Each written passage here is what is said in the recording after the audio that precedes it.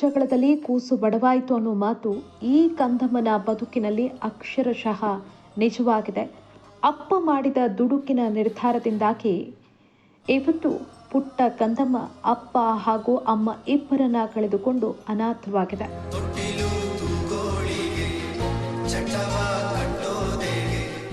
ಕಳೆದ ಶನಿವಾರ ಕಡಬ ತಾಲೂಕಿನ ಆಲಂಕಾರು ಗ್ರಾಮದ ಕಜೆ ಅನ್ನುವಲ್ಲಿ ಹೃದಯ ವಿದ್ರಾವಕ ಘಟನೆಯೊಂದು ನಡೆದಿತ್ತು.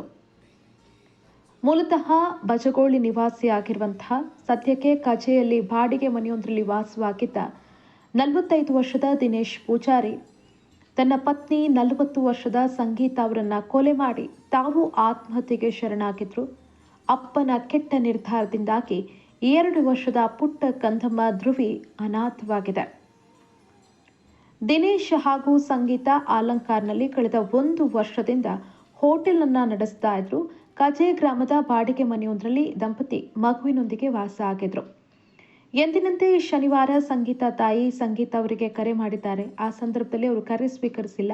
ಗಾಬರಿಗೊಂಡಂತಹ ಸಂಗೀತ ತಾಯಿ ತುಂಗಮ್ಮ ಅವರು ಪಕ್ಕದ ಮನೆಯವರಿಗೆ ಹೋಗಿ ಒಂದ್ಸಲ ಚೆಕ್ ಮಾಡಿ ಅಂತ ಹೇಳಿದ್ದಾರೆ. ಪಕ್ಕದ ಮನೆಯವರು ಹೋಗಿ ನೋಡಿದಾಗ ಮನೆಯ ಕಿಟಕಿ ಬಾಗಿಲು ಸಂಪೂರ್ಣವಾಗಿ ಕ್ಲೋಸ್ ಆಗಿತ್ತು. ಊರಿನವರಿಗೆ ವಿಷಯ ತಿಳಿಸಿದ್ದಾರೆ. ಬರೀ ಮಗು ಅಳುವ ಸದ್ದಷ್ಟೇ ಕೇಳಿಸ್ತಾ ಇತ್ತು. ಹಾಗಾಗಿ ಅವರು ಗಾಬರಿಗೊಂಡು ಊರಿನವರಿಗೆ ವಿಷಯವನ್ನ ತಿಳಿಸಿದ್ದಾರೆ.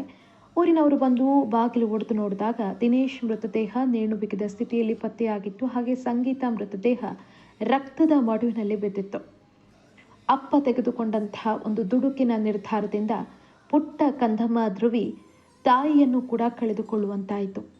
ಇದೀಗ ತಾಯಿಯನ್ನ ಕಳೆದುಕೊಂಡಂತಹ ಆ ಪುಟ್ಟ ಕಂದಮ್ಮನ ಸ್ಥಿತಿ ಹೇಳತಿರದಾಗಿದೆ.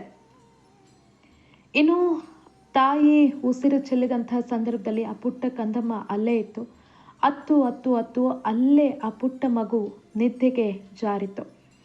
ಇನ್ನು ಘಟನೆಯ ಬಗ್ಗೆ ವಿಚಾರ ಗೊತ್ತಾಗ್ತಾ ಇದ್ದಂತೆ ಸಂಗೀತ ಅವರ ಮನೆಯವರು ಆಲಂಕಾರಿಗೆ ಬಂದಿದ್ದಾರೆ. ಸದ್ಯಕ್ಕೆ ಸಂಗೀತ ಅವರ ಪುಟ್ಟ ಕಂದಮ್ಮ ಧ್ರುವಿ ಅವರ ಅಜ್ಜಿಯ ಆರೈಕೆಯಲ್ಲಿದೆ.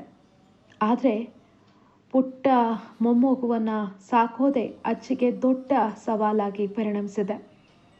ಅಜ್ಜಿ ಎಷ್ಟೇ ಪ್ರೀತಿ ಕೊಟ್ಟರೂ ಕೂಡ ಮಗುವಿಗೆ ತಾಯಿಯ ಪ್ರೀತಿಯ ಸಮಾನವಾಗುವುದಕ್ಕೆ ಸಾಧ್ಯನೇ ಇಲ್ಲ. ಇನ್ನು ಪುಟ್ಟ ಕಂದಮ್ಮ ತಾಯಿಯ ಎದೆಹಾಲು ಕುಡಿತಾ ಇತ್ತು. ಶನಿವಾರದಿಂದ ತಾಯಿಯ ಎದೆಹಾಲು ಇಲ್ಲ, ತಾಯಿ ಮುದ್ದು ಮಾಡೋದಕ್ಕೂ ಇಲ್ಲ. ಹೀಗಾಗಿ ಆ ಪುಟ್ಟ ಕಂದಮ್ಮ ತಾಯಿಗಾಗಿ ಪರಿತಪಿಸ್ತಾ ಇದೆ. ಅಜ್ಜಿ ಬಳಿ ಬಂದು ತಾಯಿಯನ್ನ ಕೇಳ್ತಾ ಇದೆ.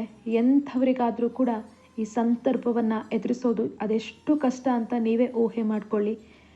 ಆ ಪುಟ್ಟ ಕಂದನಿಗೆ ಅಜ್ಜಿ ಏನಂತ ಹೇಳಿ ಸಮಾಧಾನ ಮಾಡೋದಕ್ಕೆ ಸಾಧ್ಯ? ತಂದೆ ತಾಯಿ ಇಲ್ಲ ಅಂತ ಹೇಳಿದ್ರೆ ಆ ಪುಟ್ಟ ಕಂದಮ್ಮಗೆ ಅರ್ಥ ಆಗತ್ತಾ?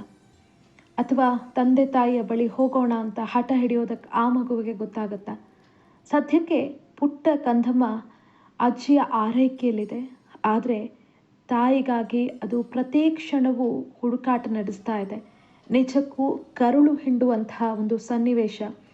ನನ್ನ ಅಮ್ಮ ಬರ್ತಾಳೆ, ನನ್ನನ್ನು ಎತ್ಕೊಳ್ತಾಳೆ, ಮುದ್ದು ಮಾಡ್ತಾಳೆ ಅನ್ನೋ ಕಾತುರದಲ್ಲೇ ಆ ಮಗು ದಿನಗಳನ್ನು ಕಳೀತಾ ಇದೆ. ಸರಿಯಾಗಿ ಪ್ರಶ್ನೆ ಮಾಡೋದಕ್ಕೂ ಕೂಡ ಆ ಮಗುವಿಗೆ ಗೊತ್ತಾಗ್ತಾ ಇಲ್ಲ. ಅಮ್ಮ ಎಲ್ಲಿದ್ದಾರೆ ಅಂತ ಕೇಳೋದಕ್ಕೂ ಕೂಡ ಸಾಧ್ಯ ಆಗ್ತಾ ಇಲ್ಲ.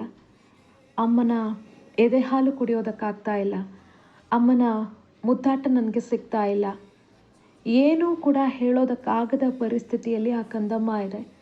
ಆ ಕಂದಮ್ಮನ ನೋವು ಹೇಳತೀರದಾಗಿದೆ. ಆದರೆ ಪುಟ್ಟ ಮಗು ಅದನ್ನು ವ್ಯಕ್ತಪಡಿಸೋದಕ್ಕೆ ಸಾಧ್ಯ ಆಗ್ತಾ ಇಲ್ಲ.